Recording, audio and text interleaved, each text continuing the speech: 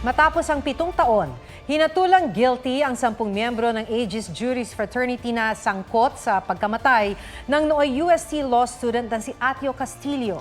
Namatay si Atio habang sumasailalim sa initiation rites ng fraternity. Sinentensyahan ang 10 fratmen ng reklusyon perpetua o hanggang 40 taong kulong para sa paglabag sa Anti-Hazing Law of 1995. Pinagbabayad din sila ng danyo sa pamilya Castillo.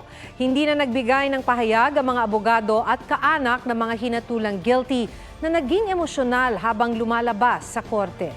Ang mga magulang naman ni Atio gusto rin daw panagutin ang University of Santo Tomas na bigo raw ang eskwelahan na protektahan ang kanilang anak.